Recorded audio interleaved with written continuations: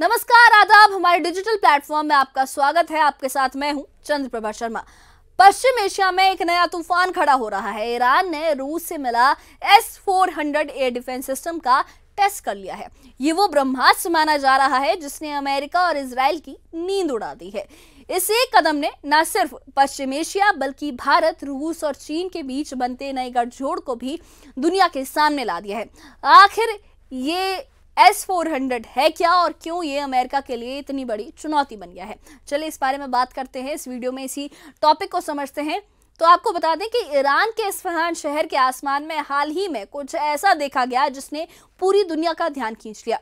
Iran ने रूस से मिले S-400 एयर डिफेंस सिस्टम का पहला लाइव टेस्ट किया है। ये टेस्ट सिर्फ एक तकनीकी प्रयोग नहीं था, एक एक्सपेरिमेंट नहीं था, बल्कि एक सियासी पैगाम भी था, खासकर अमेरिका और इजराइल के लिए। S-400 एक ऐसा हथियार है जो 400 किलोमीटर की रेंज में किसी भी हवाई खतरे को खत्म कर सकता है, चाहे वो दुश्मन का फाइटर जेट हो, ड्रोन हो या फिर मिसाइल हो। ये जो सिस्टम है ये एक साथ 36 टारगेट को ट्रैक कर सकता है। जी हाँ, 36 टारगेट्स एट वन टाइम ये उन्हें ट्रैक कर सकता है। यानी अगर कोई विमान या ड्रोन ईरान की हवाई सीमा में घुसने की कोशिश करता है तो S-400 उसे पलक झपकते ही मार गिरा सकता है।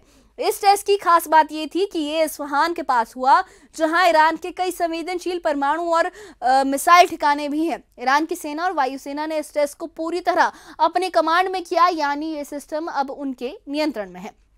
ईरान ने ये साफ कह दिया है कि अब हमारी हवाई सीमा कोई भी पार नहीं कर सकता। इस टेस्ट ने अमेरिका और इजराइल को परेशान कर दिया है, क्योंकि अब तक दोनों देशों का मानना था कि वो अपनी ताकतवर वायुसेना ड्रोन्स के दम पर ईरान के ठिकानों को आसानी से खत्म कर सकते हैं, ईरान के ठिकानों पर हमला कर सकते हैं। लेकिन S-400 ने उनके इस प्लान पर शायद पानी फेर दिया है। S-400 कोई नया हथियार नहीं है। भारत ने भी इसे रूस से खरीदा है और इसका इस्तेमाल किया है। याद कीजिए ऑपरेशन सिंदूर, जब भारत ने S-400 का इस्तेमाल पाकिस्तान से आने वाली मिसाइलों और ड्रोन्स को रोकने के लिए किया था। उस वक्त S-400 ने हर हमले को नाकाम कर दिया था। एक एक मिसाइल और ड्रोन को हवा में ही इंटरसेप्ट कर दिया गया था, खत्म कर दिया गया था। भारत का ये ऑपरेशन दुनिया के लिए एक मिसाल बन गया है और अब ईरान भी उसी रास्ते पर कदम रख रहा है। ईरान का S-400 टेस्ट बताता है कि वो अपनी हवाई सुरक्षा को अभेद्य बनाना चाहता है कि उसे कोई भी भेद ना सके, खासकर तब जब जून 2025 में इजराइल और अमेरिका ने ईरान के परमाणु ठिकानों पर हमले किए थे।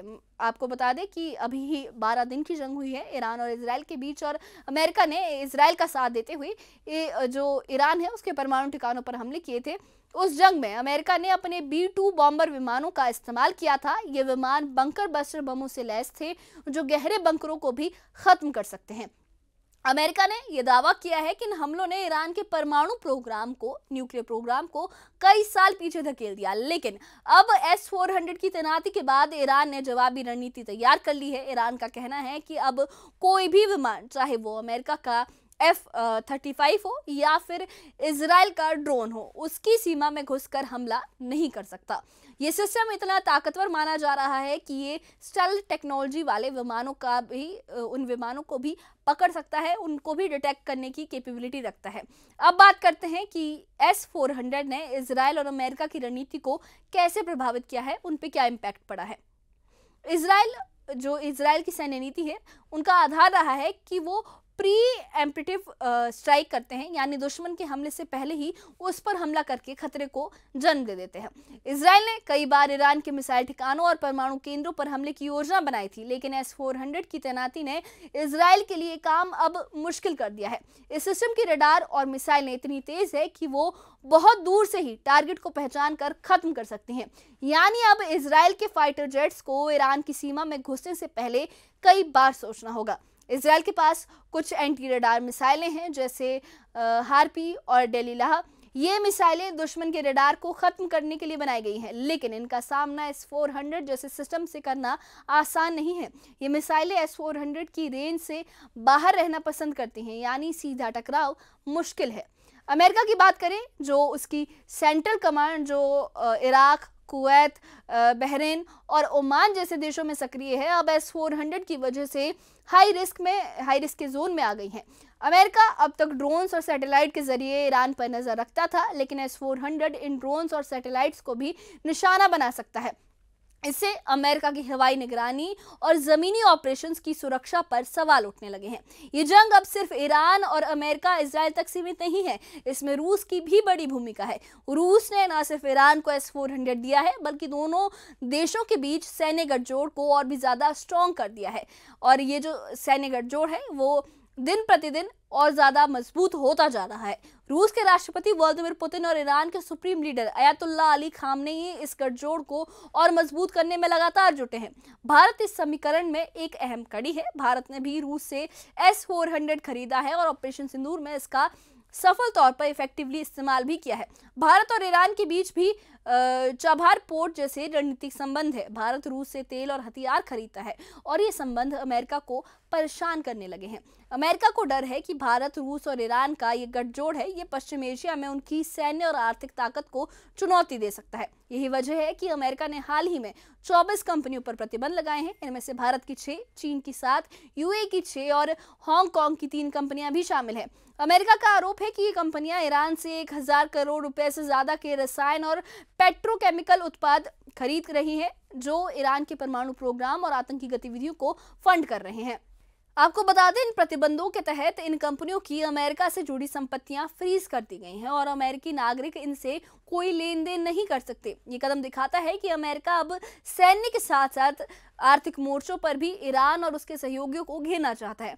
हालांकि अगर बात की जाए तो जो भारत का स्टैंड है वो इस पूरे कॉन्फ्लिक्ट में काफ़ी तटस्थ है। जो इंडिया है वो डायरेक्टली किसी को सपोर्ट नहीं कर रहा है, फिर भी जो अमेरिका है उसने भारत पर 25% टैरिफ लगा दिया है और रूस के साथ, रशिया के साथ, ईरान के साथ ट्रेड की वजह से, खासकर रूस के साथ ट्रेड की वजह से उस पर पेनल्टीज भी लगाई गई हैं। यानी भारत पर पेनल्टीज की वजह से आर्थिक तौर पर रशिया को घेरने के लिए भारत पर भी पेनल्टी लगाने से हमें भी आर्थिक नुकसान हो रहा है। तो इस पूरे घटनाक्रम ने एक नए जियोपॉलिटिकल समीकरण को जन्म दे दिया है। रूस, ईरान और चीन मिलकर एक ऐसी ताकत बना रही हैं जो अमेरिका और नेटो के प्रभाव को चुनौती दे सकती है। हाल ही में चीन ने ईरान के साथ एक सीक्रेट सैन्य समझौता भी किया है, जिसमें satellite support, drone technology, missile upgrades और साइबर सहयोग शामिल है। ये समझौता सिर्फ हथियारों तक सीमित नहीं है, ये एक ऐसी रणनीतिक गठजोड़ है जो पश्चिम एशिया में अमेरिका के दबदबे को कम करने की कोशिश लग रहा है। रूस इस दिशा में तेजी से कदम बढ़ा रहा है। वो न सिर्फ ईरान को S-400 जैसे हथियार दे रहा है, बल्कि यूक्रेन पर अपने हमलों को भी जारी रख रहा है और ज्यादा बढ़ा रहा है। ट्रंप ने रूस को यूक्रेन युद्ध खत्म करने के लिए 10 दिन का समय दिया है, लेकिन रूस ने इसे ठुकरा दिया है। रूस का कहना है कि वो अपनी मर्जी से ही काम करेगा। इस बीच भारत की भूमिका इस समीकरण को और ज्यादा मुश्किल बना रही है। भारत न सिर्फ रूस का रणनीतिक साझेदार है, बल्कि ईरान के साथ भी उसके व्यापारिक और सामरिक संबंध है। तो ये थी ईरान के S-400 टेस्ट और पश्चिम एशिया में बदलते सियासी समीकरण की कहानी। रूस ईरान का जो गठजोड़ है, अमेरिका इजराइल की चुनौतियां हैं और भारत की अहम भूमिका, ये सब एक नए वैश्विक खेल की शुरुआत है। क्या ये गठजोड़ दुनिया की सियासत को बदल देगी या अमेरिका अपनी ताकत से इस चुनौती को रोक लेगा? इस बारे में आप क्या सोचते हैं? हमें कमेंट बॉक्स में अपनी राय जरूर बताइए और इससे जुड़े अपडेट्स के लिए और ऐसी ही खबरों के लिए हमारे चैनल के साथ बने रहिए। हमारे चैनल को सब्सक्राइब करिए। शुक्रिया।